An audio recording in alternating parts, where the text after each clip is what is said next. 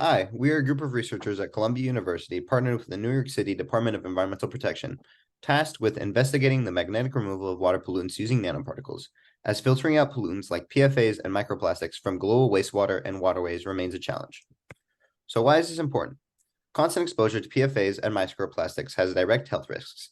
In addition, these pollutants also pose a direct threat to the environment. PFAs and microplastics will remain in our environment long after we are gone. Microplastics are so deeply integrated into nature that they even make their way back to the ground in the rain, creating a sort of plastic rain. There's even a relationship between the amount of microplastic particles deposited by this plastic rain and the surrounding population size, which is very interesting as during dry conditions, the amount deposited clearly does not depend on population.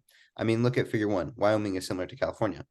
In New York City, though, with our high population, the amount deposited must be relatively high, especially with the current lax regulations on wastewater in the city. This is why New York City must explore separation processes that can efficiently purify the water it releases into the environment.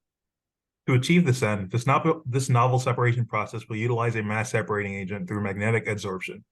It will introduce porous magnetic nanoparticle adsorbents synthesized by iron-3 oxides and a silicon dioxide iron-2 oxide composite. Acting as MSAs, these nanoparticles will separate PFAs and microplastics respectively as they mix with the contaminated wastewater. As they interact magnetically with each other, these contaminants will absorb onto the porous MSAs.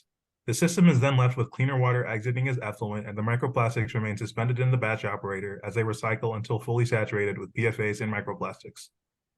The current wastewater treatment process that New York facilities use implements various gravity-based separation techniques, bleaching the final product and releasing effluent into the New York waterways.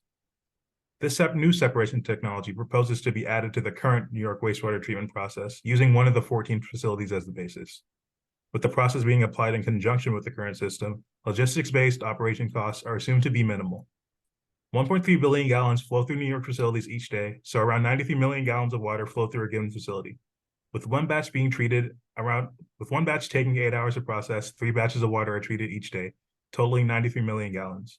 The MSAs were proven experimentally to be recyclable up to 3 times, so one set of MSAs can fulfill the demands of 1 day of water treatment. We estimated the cost of removing the existing microplastics and PFAS from treated water in the New York City metro region. We assume a microplastic concentration of 2,000 nanograms per liter and a PFAS concentration of 140 nanograms per liter. Overall, it was determined the process to remove PFAS, while expensive, is feasible.